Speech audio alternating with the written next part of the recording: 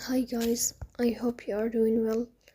Today we will talk about how to fix or how to solve the problem of connection problem on the application of Reddit. You will click on settings. In this page, you will click on apps, default apps, app settings.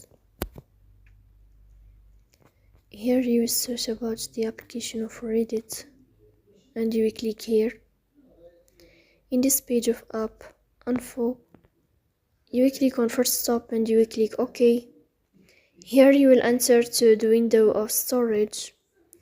Then here you will click on clear cache. Then you will turn off your Wi-Fi and you will turn on your Wi-Fi again to fix that problem. So that's all.